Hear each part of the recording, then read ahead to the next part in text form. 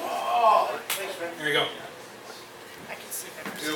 You do realize this is a pro-am event. That means amateur and professional.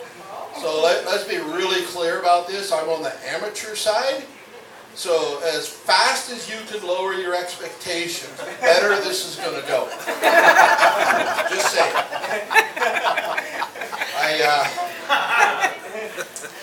I've been involved in a personal development program for the past 35 years. Been developing into a hobbit. Think it's going pretty good. A lot of people think I'm overweight. I'm actually not that overweight, but I have a giant liver. It's actually 3 times its normal size. 3 times the normal size. Ladies, you know what they say about a guy with a giant liver? They say don't get involved, short life expectancy. So yeah, it's a problem being overweight, but I'm fighting back. I recently joined one of those clubs, and I got to tell you, I like it. It's got a huge parking lot, massive indoor track, fixtures, facilities, staff, everywhere. They completely look after you, and it's only $50 a month. One problem. It gets crowded on the weekend at Costco.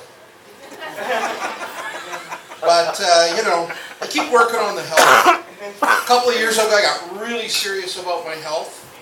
I spent $685,000 to get rid of 300 pounds of cancer. And boy, has my life improved since then. Woo! Yeah. There, that's my comedy is therapy joke, if anybody wanted to know. Yeah. So, a little bit about myself. My dad is a Mennonite minister. You've given the microphone to the son of just think about it, Mennonite minister. Now, if you think having a dad who's a Mennonite minister is scary, no. Having a woman who is the wife of a Mennonite minister, that is terrifying. We used to live in Winnipeg, and there's a lot of Jewish people in Winnipeg, and they're known for being like, people that know how to lay down the guilt on their kids. No. The Jewish women were coming to my mom's house for extra lessons. Let me give you an example. My mom taught me, and this is no stretch of imagination, my mom taught me as a little kid that if you stole something, if you lied, if you cheated, if you smoked a cigarette, if you had to drink alcohol, an angel died.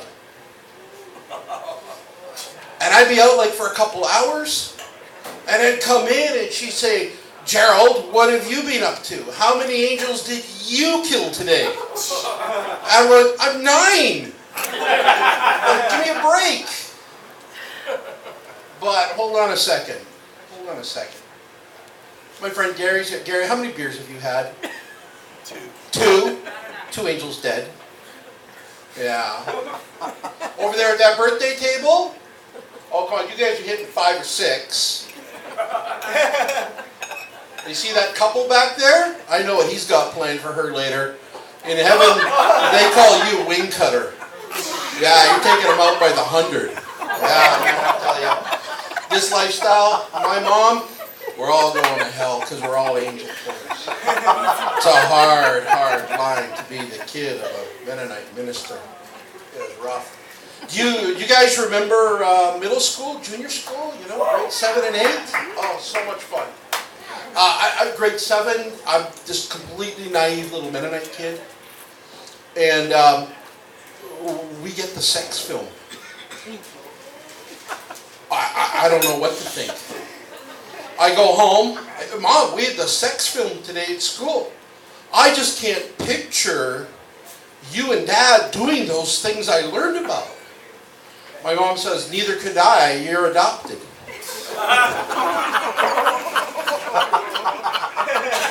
So, just so you get this dialed in, if you want to know what a night of drinking to complete loss of all inhibition looks like in 1960, my birthday is September 9th. This is what you get when you just have one beer too many. Right here. And I'll tell you, what it really comes down to is, well, let's face it, Christmas Eve there, Daddy slipped a little something into Mommy, and it wasn't a kiss under the mistletoe. I got two sisters, First Nations ladies. I got a brother who's a Norwegian giant. Like he's got 1.5 feet on me. We have a very unique relationship. He's literally been trying to kill me since we were little kids. And this started one Sunday afternoon. My parents had some friends visiting. They would go out and play. So my brother and I, we decided that we are going to dig a great big hole in the backyard. We started with post hole augers and then shovels and then yard tools. And I mean, we had a serious man-class hole going in the backyard.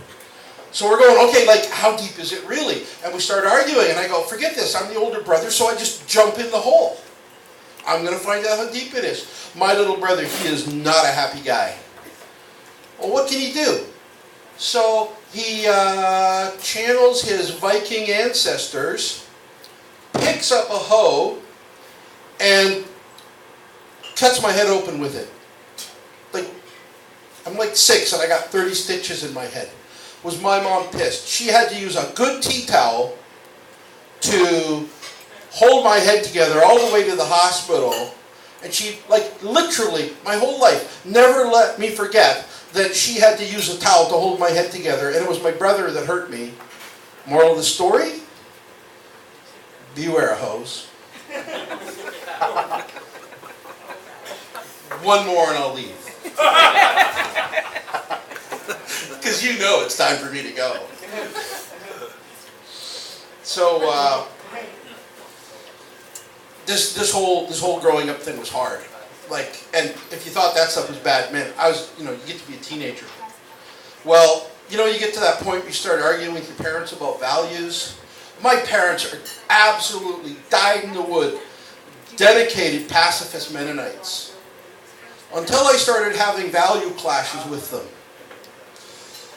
Turns out they have absolutely no inhibitions about using really decisive corporal physical punishment to install, I don't mean instill, I mean install their values into me. By the time I was 15, I'd been value adjusted so many times with so many household items. I was literally qualified to be running a torture training camp for the CIA. But thankfully, this did not have a long-term negative impact on me. I've overcome this.